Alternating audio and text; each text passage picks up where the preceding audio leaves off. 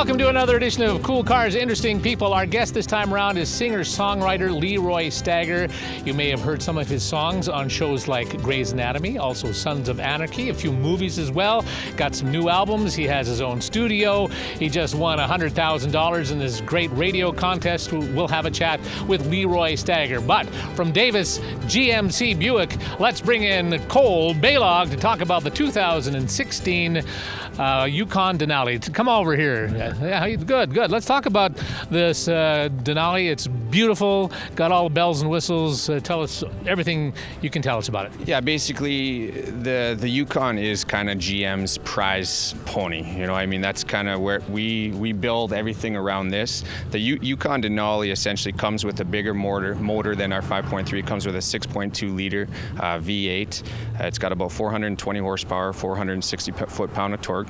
It can haul a pretty good amount of weight there. I mean, if someone is looking to take this and take a little bit of a small camper as well, I mean, it can haul about 8,900 pounds. Or if you've got a small band, you can pile them in. Yeah, exactly. These, the 2016s come with a few more bells and whistles than the 2015s now.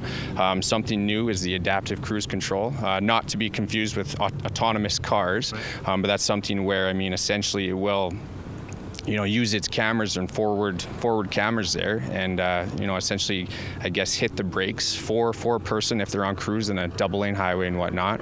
You have your side blind zone alert, you have your rear cross traffic alert, you have your trailer sway control. New to the 2016s as well. Aside from that technology, on the dashboard, you have the Apple CarPlay, and that's something nice. I mean, a lot of people like to use their navigation with OnStar and whatnot, but I mean, another ability, if it doesn't come with the nav through OnStar, a person has the ability to use Siri, you know, through Apple CarPlay, and really, I mean, an effective way to get your text messages, have, you know, Siri tell you text messages and whatnot. And you know what I like is you like to have your the speedometer is, you can see it right on your windshield. Yeah, so that's also new in the 2016 there, the heads-up display. Yeah, so now what that will do, I mean, it's going to give you the ability to obviously see your speed as well. You know, when there's a vehicle coming in your side blind zone, I mean, it will alert you right there in front. You know, obviously there's a lot of people, as we see on the roads, that, you know, don't really pay attention to their blind zones and everything, but that's just another feature to help make it a little bit safer on the roads, eh? So. All right, let's take this little Denali. It's a big Denali. Actually, we'll go find Leeroy Stagger.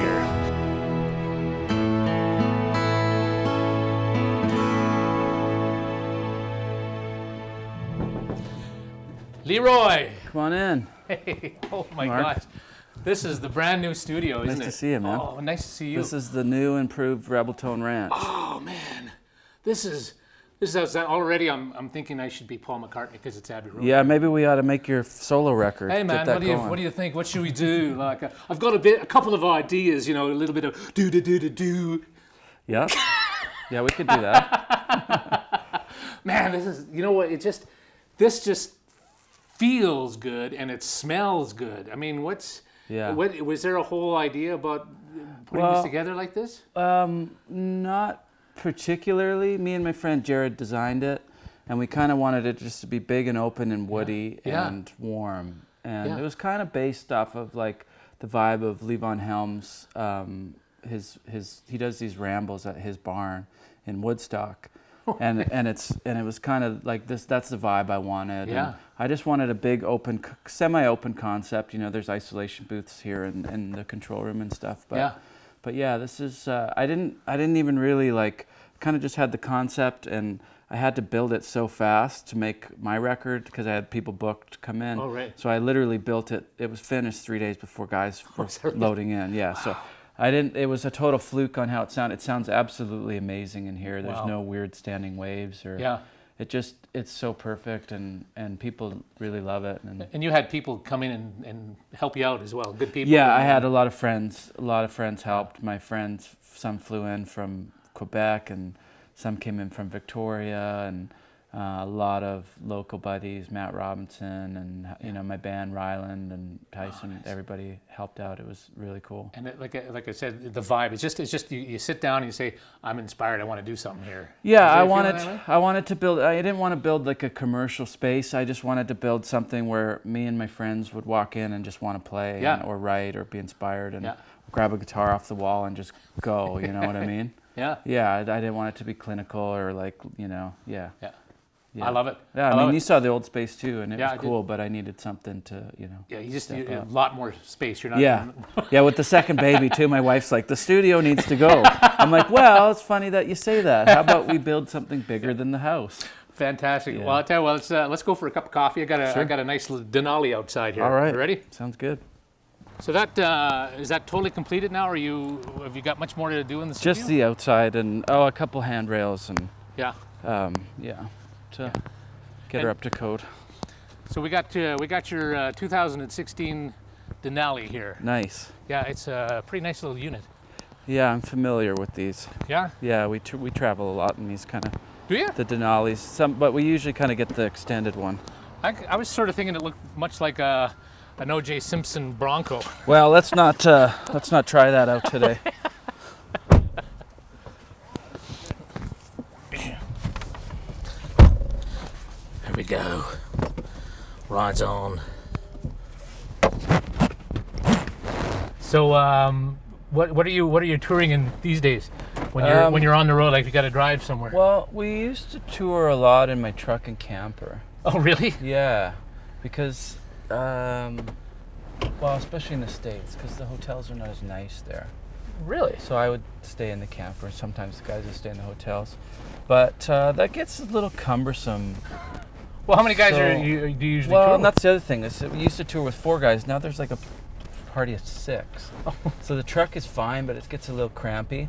So we're usually renting stuff now. Yeah. I usually kind of like to rent something like this as opposed to a minivan. Yeah. Sometimes I'll rent a minivan and it'll be all right. You know what I mean? Yeah. But a lot of the times, like the shows are bigger now, so a lot of times we'll show up and have backline drums and stuff that's already there. So we can ride in these. And nice. But I was just noticing they got can you see the miles per hour on the windshield?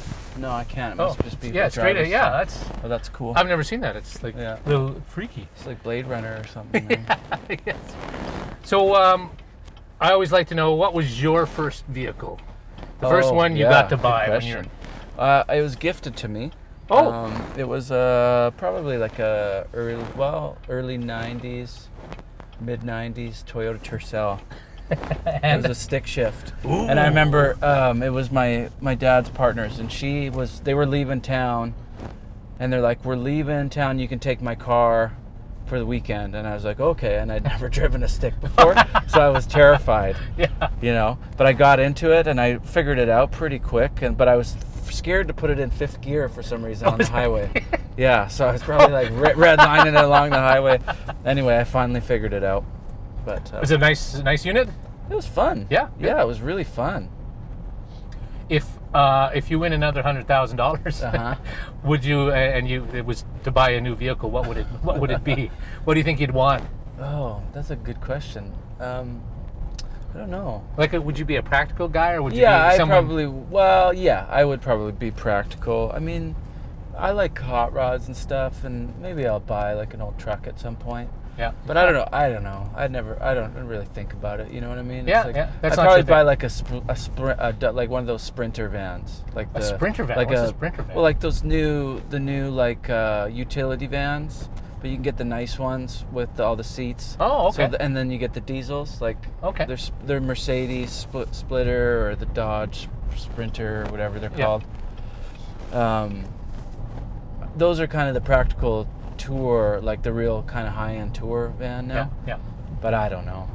If I had $100,000, I'd probably buy an old GMC van for touring, and one of the like real nice ones, the pimped out ones. Yeah. That you don't see anymore. And then I would spend the rest on fuel, I guess. Yeah, that's right. Yeah. Ultimately, would you like to be a guy who just they call you up and we want you here. We're going to pay you $1 bazillion. Going to be a nice 5,000 people crowd, and they fly you in. Would you like? I'd be happy with 1,000 people. 1,000 people, okay, 1,000. But I don't need $1 bazillion. That would be it. What a headache. You know what I mean? Yeah. Yeah, I don't know. I'm happy. I'm pretty happy with things right now. It would be nice to have to play to some more people, but it's all good. It is. Yeah. It is. Yeah. Because. the reason you got into this whole business is because you just love to do it, right? Is that? I well, kind of. I mean, you know, I kind of got into it for chicks. Yeah. Yeah, really? But then, yeah, and then I kind of did that, and well, I got into it because it looked cool.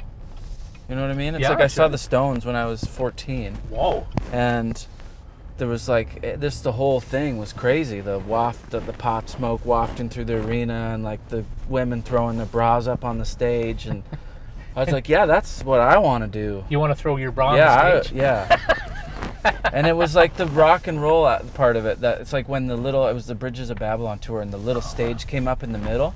Wow. And off the big stage, like this little stage came up, and there's all these little Fender amps, and they rolled in. It was like a bar, almost like a little bar in the middle of the arena. And they rolled they walked over the bridge and got on the stage, and Keith rips into Honky Tonk Women. I was just that's what it wasn't like the big thing, you know, the explosions, all that. It was just like it was like that. That's the thing that grabbed me most, you know. So does Keith grab you more than Mick does? Yeah. Yeah? Oh, yeah. Because he's the guitar player? No, just because he's way cooler. Is he? Yeah, I mean, Mick's amazing and like, you know, awesome. But Keith is like that, man, that's the epitome of rock and roll. I mean, there's things about Keith that I'm glad that I don't, you know. Yeah. It's pretty scary, but yeah, he's badass. Let's go have a coffee. Come on.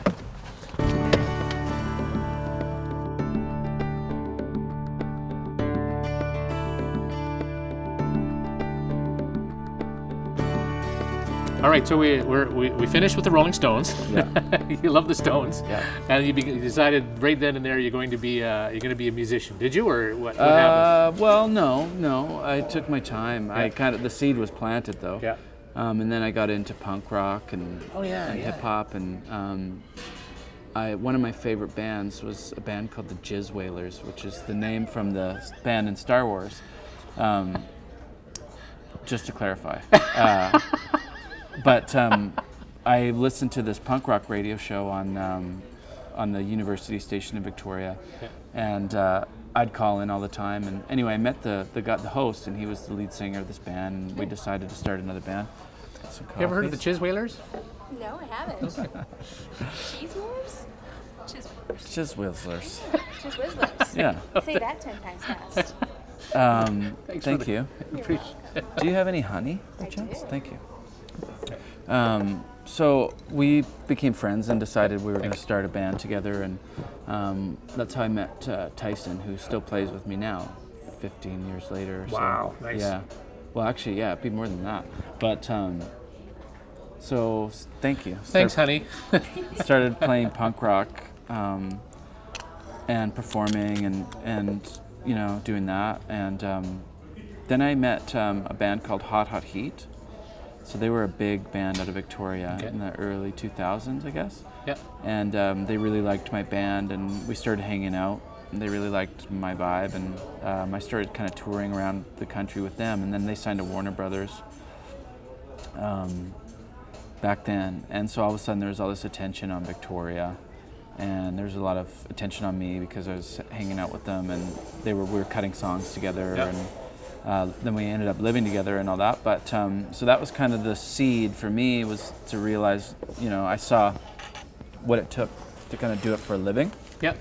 And, you know, I learned what to do and a lot of what not to do.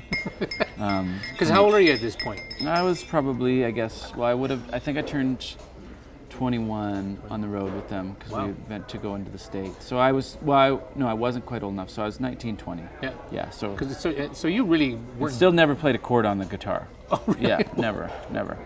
And then the famous story goes, I was making out with my high school girlfriend in my dad's basement.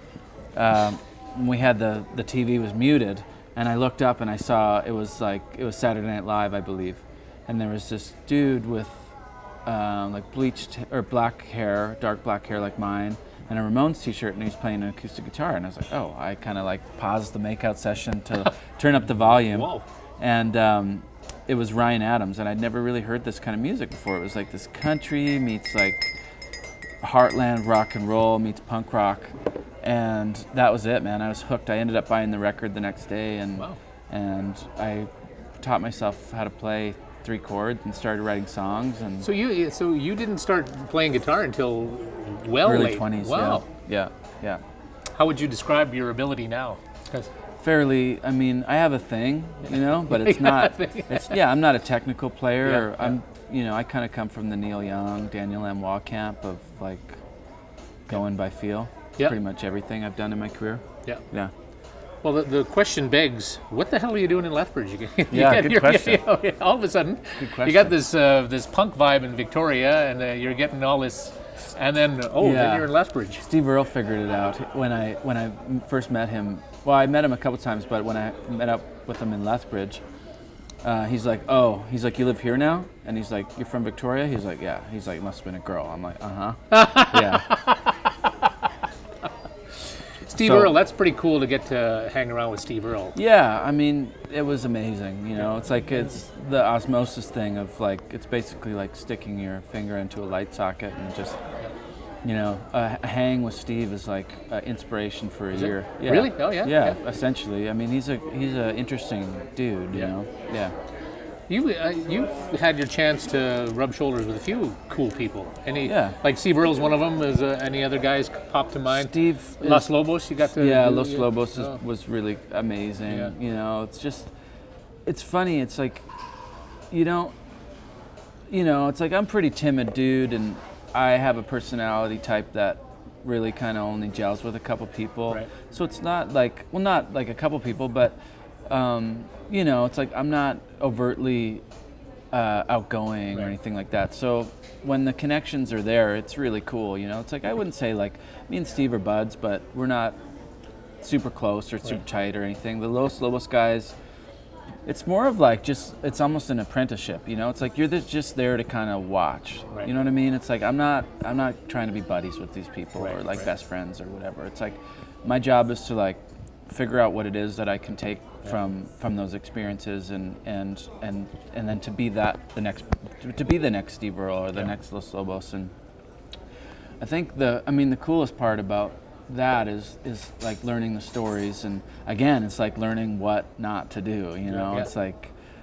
I learned fairly early on that this is a pretty physical, demanding job, and it's like if we don't take care of our bodies and if we just drink and drug, it's not it's not a lasting thing. You had a bout of being a real drinker, didn't you? Yeah. I mean, that was a.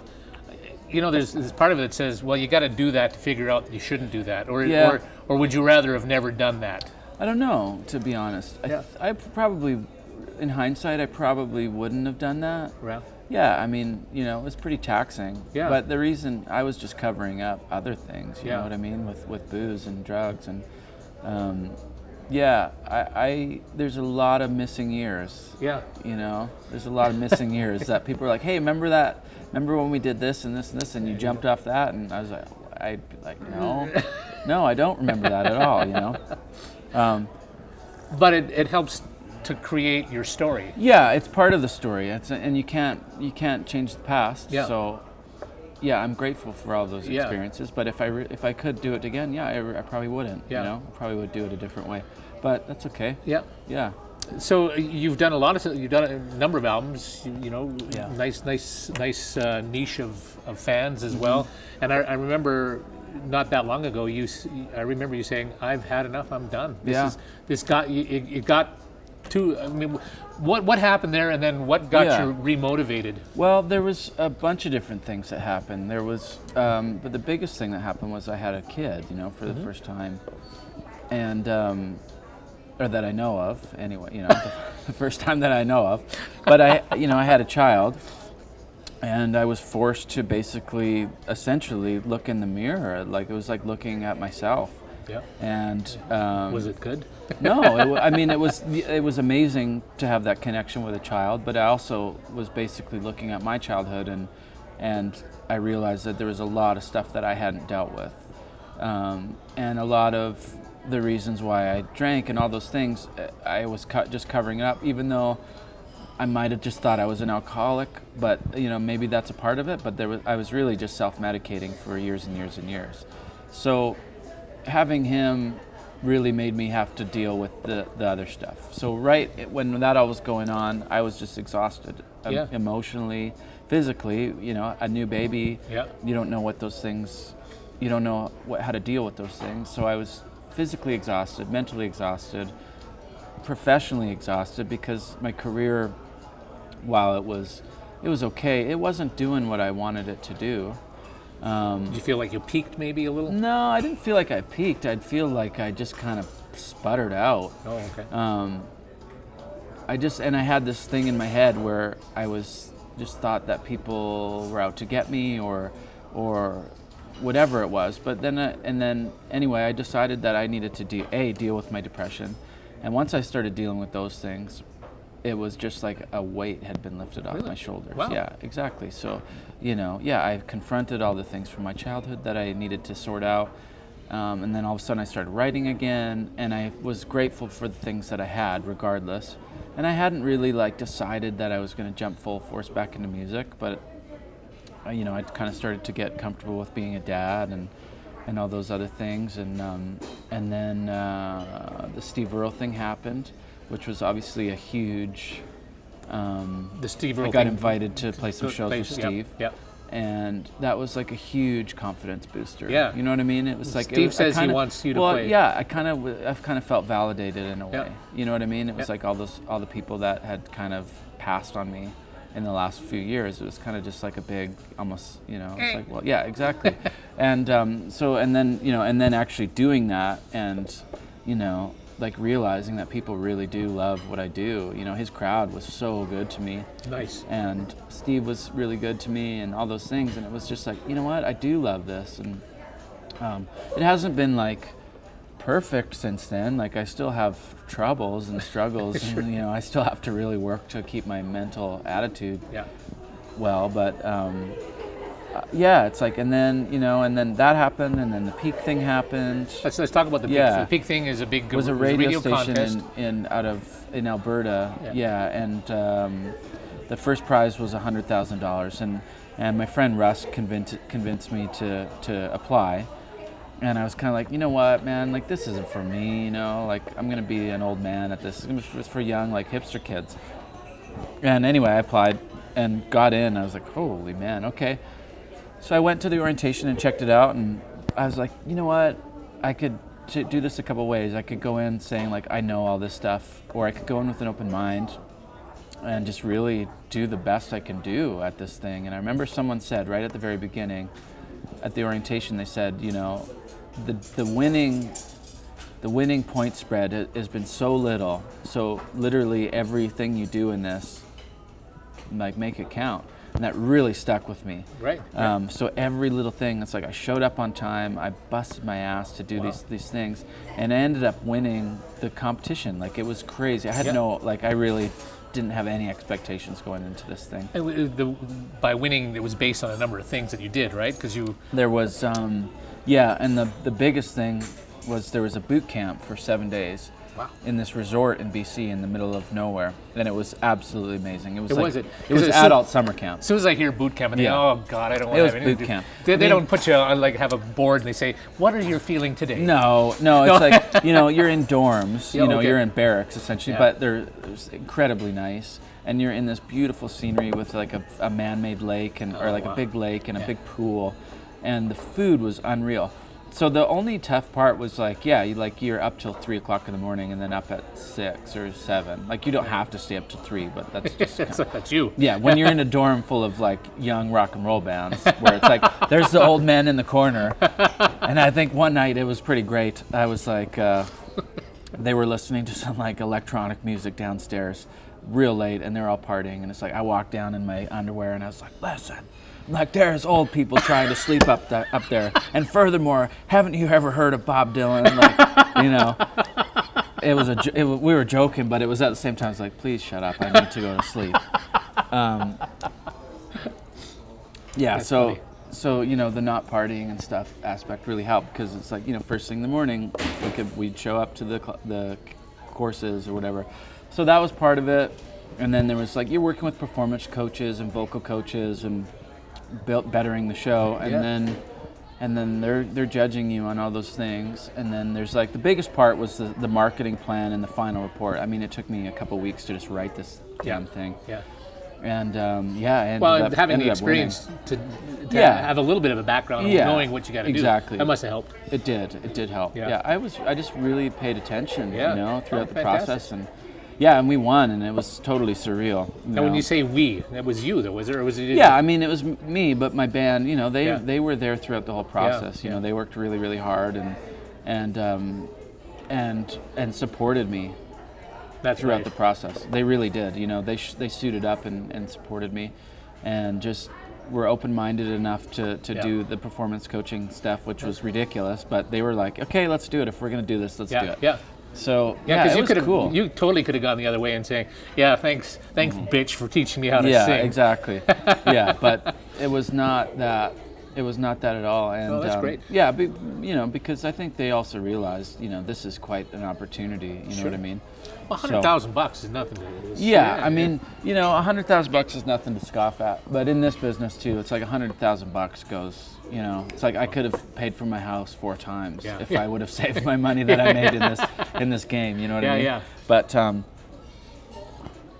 it's $100,000 that's there. So it's like all the things that you want to do, you don't have to think twice about it. You don't have to think like, well, how am I going to raise the money to do this? Or you know, it's like I got to put all this money aside to do this, and that's a lot of it too. So it's like now it's like I kind of have this cushion where it's like I'm still working, so all the money that's coming in, well, I can invest it into other things. Yeah. Because there's no retirement plan in this business, and you know, it's like Yeah.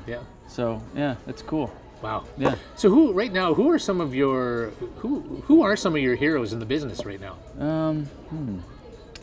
I think as you become older, your heroes maybe kind of take on a different meaning. You know what I mean?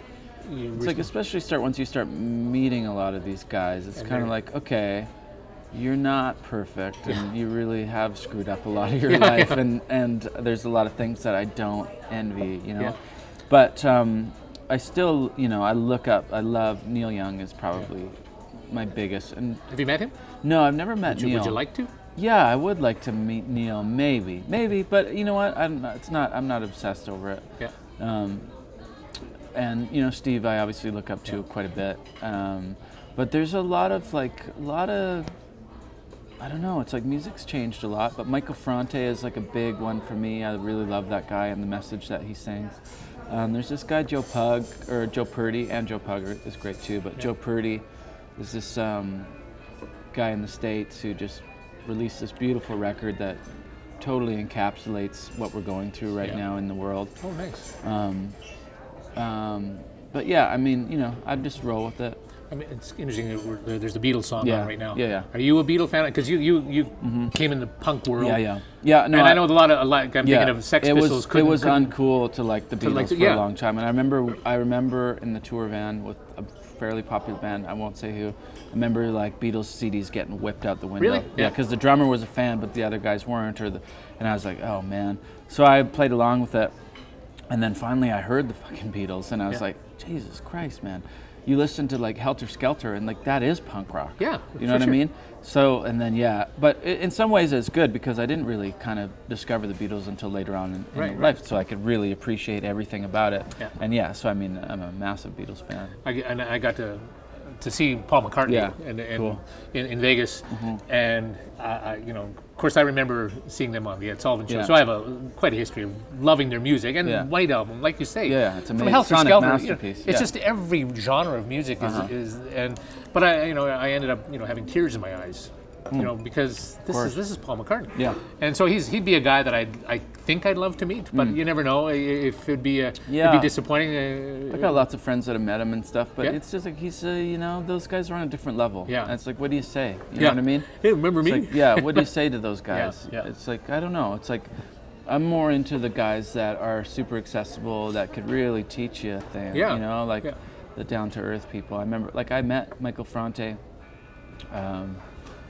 in the lobby at the Edmonton Folk Fest at the hotel, and I'd watched his show the night before, and it was so inspiring and just beautiful and just like so captivating. He just he had 50,000 people in the palm of his hands, and I remember just walking over to him and just being like, Love your show last night. And he just like, he knew, and he just like grabbed me and hugged me. Oh, really? And he didn't have to say anything, and I didn't have to say anything, and I was just like, thank you. And then I just walked away, you know what I mean? Yeah. It was just like, yeah. So I don't know, it's like, I met some, like Daniel Lanois, I serendipitously hung out with my 2-year-old once, and that was amazing. And I know you've got a bit of a Bob Dylan history. Yeah, I'm saving that for my book. Okay. But, yeah. But at least he called you on your phone. You can tell me about that, right? He called the house. I mean, I didn't answer it, but it was on the machine. Yeah. We have a mutual friend that he was looking for her, not for me. Yeah. Yeah, but you've got his his name. he heard my music and he said, yeah, he just, he called me, oh, he's a young Steve Earle is what he referred to me. Really? So whether or not that's a compliment or just like, oh, he's ripping off Steve Earle or whatever, I don't really care. But I was supposed to go meet him, and I was told to bring my guitar and everything, and I just remember thinking, like, what do you say to Bob? Like, how am I going to play a song for Bob Dylan? Yeah. You know what I mean? It's like, well, you'd sing it on key for one thing. I didn't really want to do it. I didn't really want to do it. I was kind of like, I don't really want to, I don't know. It's like, I'm not like, I'm going to get my best song and sing Bob a tune. It's just like, I don't know. It's like, if I can't relate to you on a human level, then I don't really have any business with you. You know what I mean? Yeah, sure. So, yeah. I mean, but what happened after that was, I'm going to say that for another time. I've heard a bit of it. No, I won't. But I do want to read the book when you come out with that. But yeah, so it's a good story, people. Yeah. Yeah. But there's back to Dylan. I mean, so many people are huge fans of his, and there's no denying he's a phenomenal writer, and his songs are. But when you see him in concert, and I guess it's your mindset. You see him and you're saying you can't sing along. You can't, and he's not a great singer, and he doesn't. I mean, like he's well, not. He is a great singer actually, but he's not. He's not technically what you would call a great singer. And he doesn't have, from the people I've talked to that saw him here, just the rapport with the audience just wasn't there, and it frustrates. I don't know what it is with Bob. Yeah. I don't know what it is with him. You know what I mean? But I don't know. I can only imagine because of the things that he's gone through. Yeah.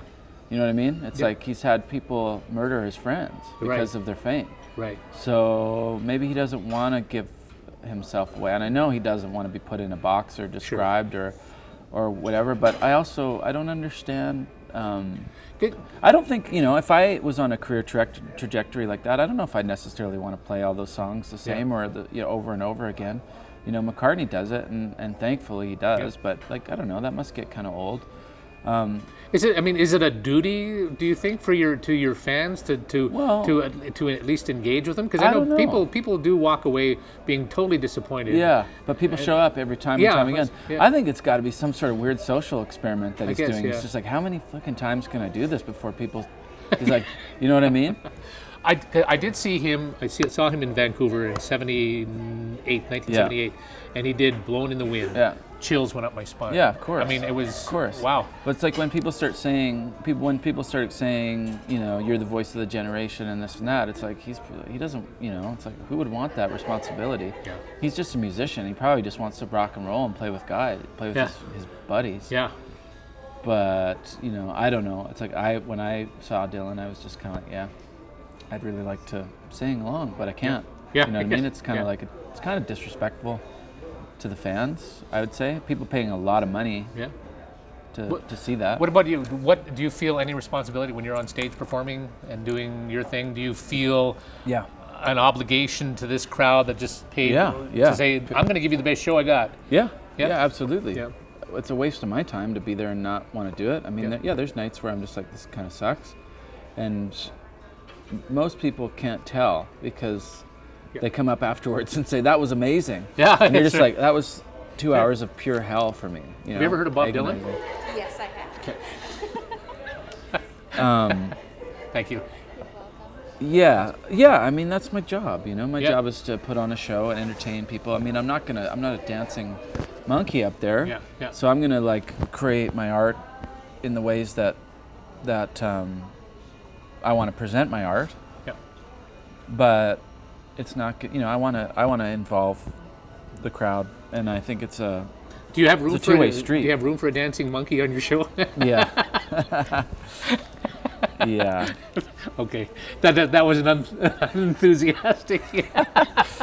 Well, you never know. Things could change. Things could change. Things could change. So you've just finished your album, Yeah, and you're finished a new album. pretty pleased with it. Very so pleased far? with Yeah. it. It's a different record. It is definitely my most, I think, thought out.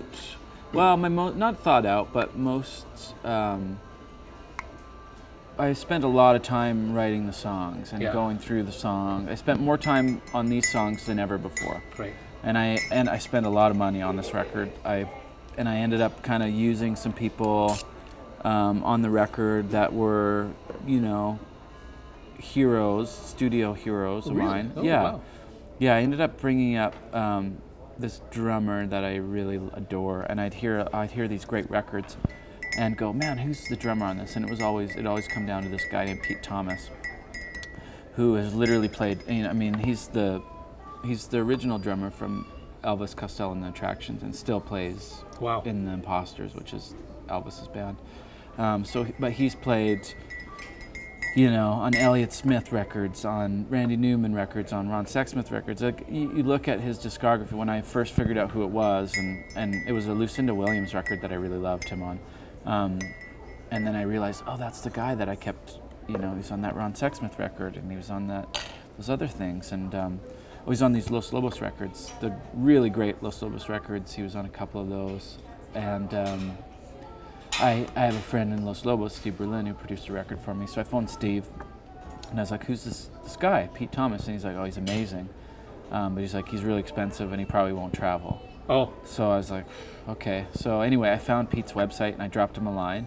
And the next day I heard from him. He's like, sure. He's like, yep, sounds really fun. He's like, let me know what your budget is. And so we worked it out, and Pete came up for like 6 days or something. Wow. And stayed at the house, and we hung out every night, and we got along really, really good. And at the end of it, Pete was just like, thank you so much for having me. And I was like, well, what do you mean? I'm like, you do this all the time. And he's like, yeah, but he's like, we don't get to commune like this anymore, like as a band. He's like, usually it's like you drive in, you do your session, you drive home, you don't hang out or anything. He's like, it's like punching the clock. He's like, I haven't done this since the 70s. Oh, how cool was that? Yeah, and I was just like, whoa, that was so cool. And he must have had story after story after story. It was it was ridiculous. Wow. Yeah, I can't really How's that divulge any, because, you know, guy living in Lethbridge gets to have a guy like that come to your house and stay Pete flew in from L.A., you know? Literally flew into Lethbridge, and him and Paul Rigby, who was the guitar player on the session. Paul's like amazing too. Nico Casey's long time played with Garth Hudson and of the band. Yeah, and he's just amazing.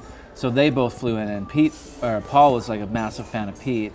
So he was like, I can't believe I got to ride on a plane ride with Pete Thomas to Lethbridge. Holy jeez. So they landed, and it was just, you know, it was so good. It was such a good vibe, the whole record. And we had Colin Stewart produce the record, and Tyson played bass. Jeff Hillhorse from the Deep Dark Woods played organ.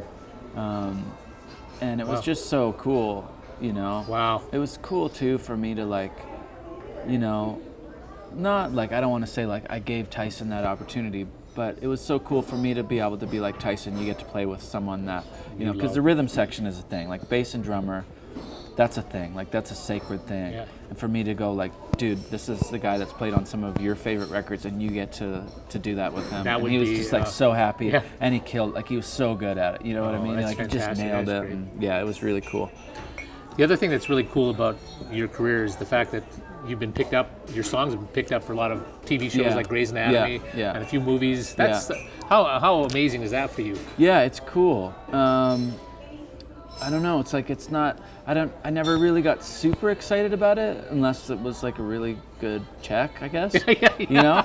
Like, I mean, the Sons of Anarchy one was cool because I was a fan of the show. Right. And I was always thinking to myself, well, it'd be really cool if this show picked one of my songs. But it is cool. Yeah, it's cool. Like when my grandma calls and is like, I just heard you on TV. You know what I mean? It's like, that's awesome. What show? Yeah.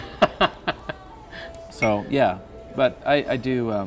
It's cool. It's just part, you know. Yeah. And it is a good check from Grey's Anatomy, right? Grey's Anatomy was really good. And I think everything kind of started to peter out after that in the business. There was a couple good years where, yeah. Good. luckily I got to see some of it. But Nice. Yeah. Yeah. Now it's great. I mean, it's still great. And, you know. So you're going to tour again? You're going to go on a big tour with the album, or what do you? Yeah, what's we're your doing plan? a bunch of festivals this summer. Yeah. You know, and then the record comes out next March. Great. And then we'll be on tour for probably most of the year. And you're going to be loving every minute of it. Hopefully. Loving every minute of it. Yeah. Good. Yeah, hopefully. Leeroy Stagger, that has been cool. Thank you for doing this. Cheers. Appreciate Thanks it. for having me.